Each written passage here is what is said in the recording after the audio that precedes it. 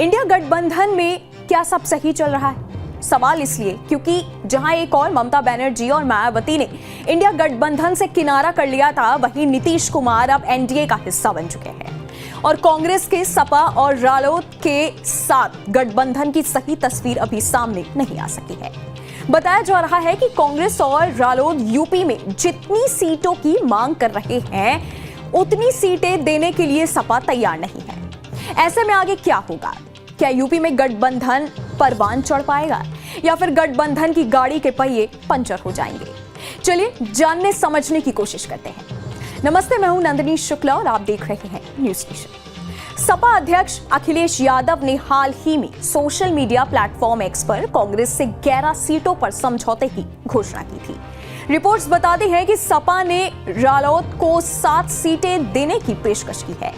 कांग्रेस और आरएलडी दोनों ही पार्टियां इससे खुश नहीं हैं। कांग्रेस और आरएलडी इससे अधिक सीटों की मांग कर रही हैं। एक मीडिया रिपोर्ट्स में कहा गया है कि सपा ने आरएलडी को जिन 7 सीटों की पेशकश की है, उनमें से 3 सीटों पर सपा के उम्मीदवार आरएलडी के चुनाव चिन्ह पर मैदान में उतरेंगे। इस बात से आरएलडी नेता खुश नहीं है। सपा प्रवक्ता राजेंद्र चौधरी ने कहा, पार्टी ने कांग्रेस को उत्तर प्रदेश में 11 सीट की पेशकश की है ताकि हमारे बीच सम्मानजनक आपसी समन्वय हो और हम भाजपा को हराएं।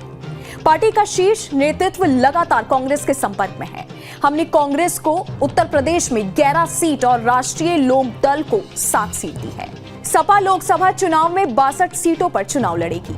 ऐसी खबरें हैं कि सपा ने आरएलडी को बागपत, मुजफ्फरनगर, मथुरा, कैराना, हाथरस, बिजनौर और अमरोहा की सीट देने की पेशकश की है। इससे पहले सपा ने कहा था कि उसने उत्तर प्रदेश में कांग्रेस को 11 लोकसभा सीट की पेशकश की है। पार्टी अध्यक्ष अखिलेश यादव ने कहा था कि उनका गठबंधन अच्छी शुरुआत है। उन्होंने कहा था कि कांग्रेस के साथ उनका सौहार्दपूर्ण गठबंधन 11 मजबूत सीट के साथ अच्छी शुरुआत कर रहा है। ये प्रवृत्ति जीत के समीकरण के साथ आगे बढ़ेगी। इंडिया टीम और पीडीए दलित अल्पसंख्यक की राजनीति इतिहास बदल देगी। आपको बता दें कि इंडिया गठबंधन में यूपी के मोटे तौर पर सपा, कांग्रेस और आरएलडी प्रमुख हैं। सूबे में सबसे बड़ा दल होने के चलते सपा यूपी में इस गठबंधन की अगुवाई कर रही है। बताया जा रहा है कि कांग्रेस यूपी में 20 सीटें मांग रही है और आरएलडी 8 सीटों की डिमांड पर रही है। जयंत चौधरी पश्चिमी यूपी के साथ साथ पूर्वांचल में भी 1 सीट मांग रहे हैं, लेकिन सपा 18 से अधिक सीट नहीं देना चाहते हैं। खबर यह भी है कि कांग्रेस के कुछ नेता अभी भी बसपा के साथ गठबंधन की उम्मीद लगाए हुए हैं। माना जा रहा है कि सपा की ये प्रेशर बनाने की रणनीति है और इसीलिए सीट शेयरिंग की घोषणा सिर्फ सपा के द्वारा की गई है। खैर, आगे ये देखना होगा कि यूपी में ये गठबंधन क्या बीजेपी को टक्कर दे पाएगा? क्या अभी और कोई पार्टी इस गठबंधन का हिस्सा बनेगी? इस बारे में जो भी अपडेट आएंगे वो भी आपको बताएंगे। आप देखते रहिए न्यूज़ नेशन।